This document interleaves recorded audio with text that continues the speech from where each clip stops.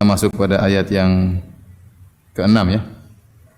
Yang ke-6 kata Allah Subhanahu wa taala dalam firman-Nya, "Fala'allaka bakhi'un nafsaka 'ala atharihim illam yu'minu bihadzal hadithi asafa." Maka apakah barangkali engkau ya Muhammad akan membunuh dirimu karena bersedih hati setelah mereka berpaling sekiranya mereka tidak beriman kepada keterangan ini, yaitu tentang Al-Quran. Inna ja'alna ma 'alal ardi zinatan laha linabluwahum ayyuhum ahsanu amala. Sungguhnya kami telah menjadikan apa yang di atas bumi ini sebagai perhiasan bagi bumi, agar kami menguji mereka siapakah di antara mereka yang terbaik amalannya. Wa inna la ja'iluna ma 'alaiha sa'idan juruza. Dan sungguhnya kami benar-benar akan menjadikan pula apa yang ada di atasnya menjadi tanah yang rata lagi tandus. Pada ayat yang ke-6 ini Allah menceritakan kepada kita tentang bagaimana sedihnya Nabi Muhammad sallallahu alaihi wasallam tatkala orang-orang Quraisy tidak mau beriman kepada Al-Qur'an. Dan wajar Nabi sallallahu alaihi wasallam sangat bersedih karena orang-orang Quraisy adalah satu suku dengan Nabi sallallahu alaihi wasallam. Nabi sallallahu alaihi wasallam Muhammad Al-Quraisy, seorang Quraisy. Mereka satu suku dengan Nabi sallallahu alaihi wasallam dan mereka juga satu negeri, sama-sama tinggal di kota Mekah. Nabi mengenal mereka, mereka mengenal Nabi sallallahu alaihi wasallam, bahkan dari sebagian mereka dari Bani Hashim, ya. Bahkan sebagian mereka yang tidak beriman adalah paman-paman Nabi sallallahu alaihi wasallam seperti Abu Lahab, kemudian Abu Talib, ya. Maka tatkala mereka tidak beriman kepada Al-Qur'an, Nabi sangat bersedih.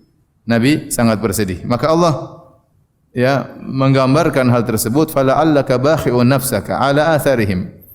Ya, sebagian ulama mengatakan seakan-akan Allah membuat perumpamaan kepada Nabi tentang sedihnya Nabi seperti seperti seorang yang hendak meninggalkan kerabatnya. Maka dia pun pergi meninggalkan kerabatnya tersebut, berpisah dari kerabatnya, dari anak dan istrinya dan keluarganya dengan hati yang sangat sedih, dengan air mata yang berlinang, ya. Demikian kira-kira kesedihan Nabi sallallahu alaihi wasallam. Jadi Nabi benar-benar bersedih tatkala mereka tidak beriman kepada Allah Subhanahu wa taala. Dan ayat-ayat yang menjelaskan kesedihan Nabi banyak, ya. Di antaranya ayat ini, di antaranya kata Allah, wala tahzan alaihim, jangan kau bersedih atas mereka, ya.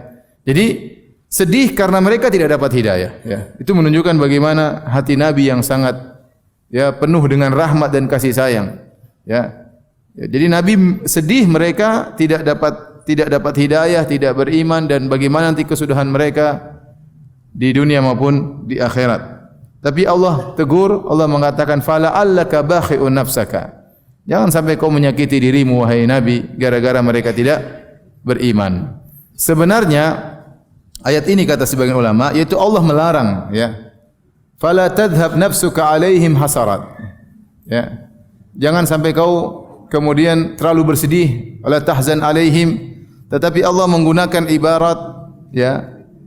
Ya, seakan-akan Allah berkata, ya, fala'allaka, kata Allah Subhanahu wa taala, maka barangkali kamu akan membunuh dirimu, yaitu saking sedihnya. Tapi sebenarnya itu adalah larangan, ya. Janganlah kau bersedih atas apa yang terjadi pada mereka, ya.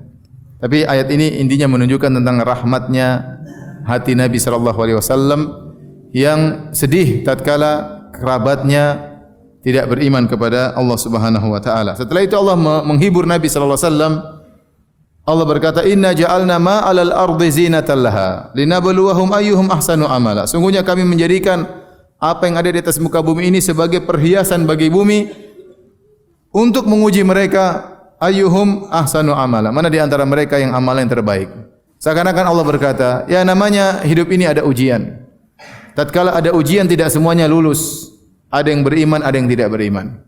Sungguhnya kerabatmu dari orang-orang Quraisy ada yang tidak beriman dan akan juga ada yang apa? Beriman. Ini hiburan bagi Nabi sallallahu alaihi wasallam. Nabi sedih lihat mereka, tapi Allah hibur bahwasanya ada yang beriman juga selain mereka yang kufur, ada yang juga beriman kepada Allah Subhanahu wa taala.